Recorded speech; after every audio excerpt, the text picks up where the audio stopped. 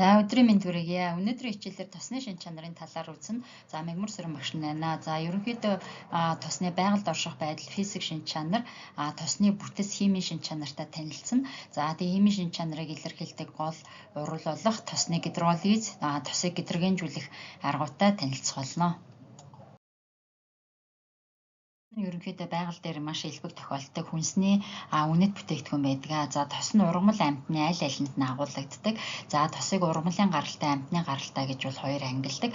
За ургамлын гаралтай тоснууд нь ийм шингэн төлөвтэй байдаг. За жишээлбэл наран цэцгийн тос, оливын тосыг энэ харуулсан байна тий. За тэгвэл энэ эдгээр ургамлын гаралтай тоснууд нь молекулынхаа найрлаганда ханаагүй карбон хүчлийг агуулсан байдаг.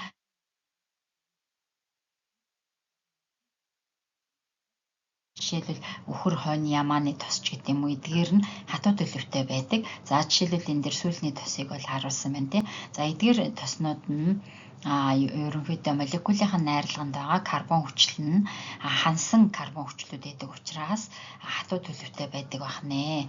За тосны өөр нэг шин чанар нь бол ямар ч тос хатууч байсан, шингэнч байсан тий уснаас нэгт багтаа учраас усны гадаргуу дээр бол хөвдөг.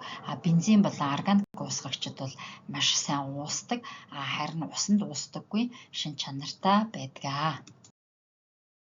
Гэсэн хүний хүнс тэжээлд бол маш чухал үүрэгтэй биологийн идэвхтэй процессыг явуулах үйл ажиллагаанд бол зарцуулагддаг тий. За өөрөөр хэлбэл 1 грамм өг тосыг хэрэглэхэд ойролцоогоор 9.3 ккал дулааныг бол ялгаруулдаг гэж тооцоолдог байна.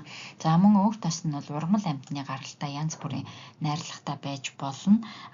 Хүний хэрэглээний хоногийн хэрэглээний 70%-ийн өг тосны 70% нь амьтны гаралтай, харин 30% нь ургамлын гаралтай байвал илүү зохистой хэрэглээ гэж тооцдог байна.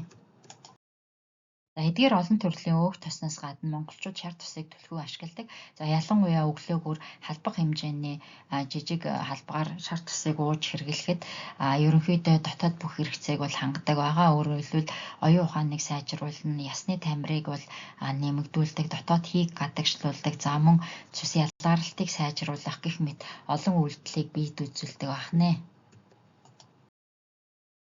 Шар тосыг удаан хугацаагаар хадгалахад өнгө үнэр амт нь бол өөрчлөгддөгг та бүхэн амьдралаасаа ажигласан байх. За энэ нь юу вэ гэхээр ерөнхийдөө шар тос нь маш үнэт шин чанартай удаан хадгалалт таадаг. Тухайн хугацаанд урвалд ороогүй болохыг үнэр өнгө амтаар нь ялган мэдэх боломжтой гэсэн үг байна. Молекулын бүтцийг авч үзье. За тосны молекул гэдэг маань 3 атомт спирт болох гэлцрийн дээд карбон хүчлүүдийн хооронд явагдах хурал буюу эфирч хурлын үед үүссэн нийлмэл эфирийг тос гэж бол нэрлэдэг байна. За тэгвэл энэ дээр 3 өөр төрлийн карбон хүчил урвалд орсон болох нь харагдаж байна тий.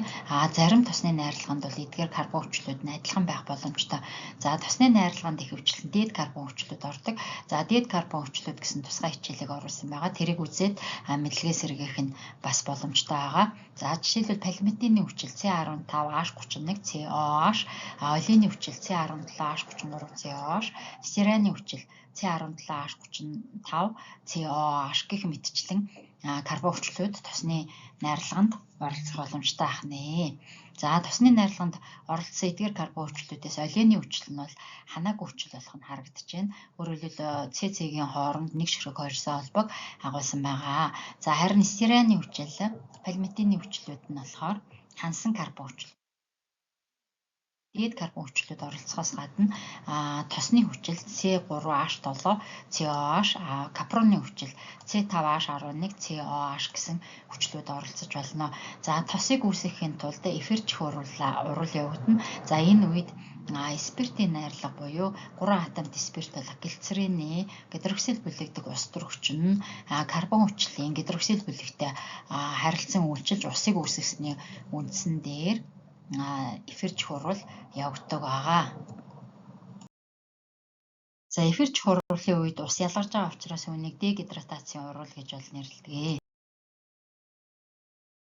Дэвийн тосын шингэн төлөвтэй харагдчихээн тий. За түүний бүтцийг ингээд аваад үзэхэд 3 атомтой спирт болох гэлцрийн за олеины хүчил болох C17H33 COH гэсэн энэхүү хүчлээс тогтсон үлдэгдлийг агуулсан тос байна. За энэхүү тос нь нийлмэл эфир бөгөөд голдоо хоёрсон холбоо буюу ханаагүй нүүрс устрогчийг агуулсан учраас шингэн төлөвтэй байдаг бахнэ. Гаралтай тос нь хансан тосонд ордог гэж ярьсан тий.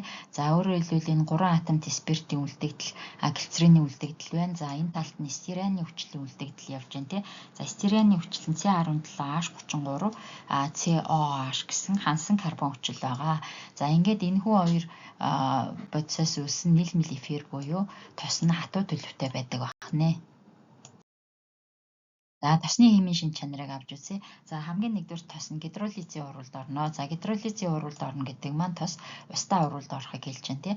За энд бол нийлмэл эфир болох тосны молекулын бүтцийг харуулсан байна. За ингээ гидролизийн урвалаар 3 атомт спирт болох гэлцрийн тэг карбон хүчлүүдийн холимог үүсдэг бахнэ. Өөрөөр хэлбэл тосыг удаан хугацаанд ингээ агаарт хадгалахад эвгүй үнэр амттай болоод ингээ хуршилсан байдаг тий. За тэр маань бол уг тос гидролизид орсон болохыг илэрхийлж байна.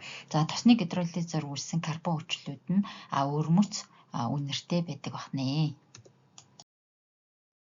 За тосны дараагийн химийн шинж чанар нь хоёрсон холбоо агуулсан буюу ургамлын гаралтай тосыг гидрогенжүүлж болтгоо. За энэ дээр олеины хүчлийн үлдэгдэл агуулсан тос харагдаж байна тий. За устрогчоор гидрогенжүүлэхэд хоёрсон холбоон дээр устрогчийн атомыг нэгдүүлээд хансан карбон хүчлийн үлдэгдэл бүхий тосыг үүсгэсэн байна. За ингээд өөрөөр хэлбэл тос маань шингэн тос маань гидроген чиглэрээ хатуу төлөвт шилждэг бахнэ. Тосны дараагийн шинж чанар нь тосны шүлтийн гидролиз байдаг. За энэ дээр хансан тосыг бол авч үзсэн байна. Натрийн шүлтээр гидролизид оруулсан байна. За ингээд 3 атомт спирт болох гэлцрийн за мөн дээд карбон хүчлийн натрийн давс харагдсан байна. Үүссэн болох нь харагдаж байна. За энэ дээд карбон хүчлийн натрийн давсыг саван гэдэг. За ийм учраас тосны шүлтийн гидролизийг нөгөө талаар саван гарган авах урвал гэж бас саванжих урвал гэх мэтчлэнгээр нэрлэдэг байгаа. Хүчлээс ерөнхийдөө дүгнэхэд тос гэдэг маань 3 атомт спирт болон дээд карбон хүчлийн үлдэгдлээс тогтсон нийлмэл бодисыг тос гэдэг болгохтой танилцлаа тийм үү. За тосыг мөн амьтны гаралтай, ургамлын гаралтай гэж бол ангилж үзсэн. За амьтны гаралтай тосонд байгаа карбон хүчлүүд нь дээд карбон хүчлүүд нь хансан карбон хүчлийг агуулдаг байна. Харин ургамлын гаралтай тос нь болохоор ханаагүй карбон хүчлийг бол агуулдаг байна. За тосны химийн шинж чанар дээр тос нь устдаа гидролизийн урвалд орно. За мөн натрийн шүлтээр гидролизийн урвалд ордог. Харин ханаагүй карбон хүчлийн үлдэгдэл агуулсан буюу ургамлын тоснууд нь устрогчтой гидрогенч урвалд ордог байна гэдэгтэй танилцлаа. За мөн хичээлтэй холбоотой болон бодлого дасгал ажиллах химийн чиглэлээр зөвлөгөө мэдээлэл авах бол 9813 3311 гэсэн дугаард хандаарай. За анхаарал хандуулсанд баярлалаа.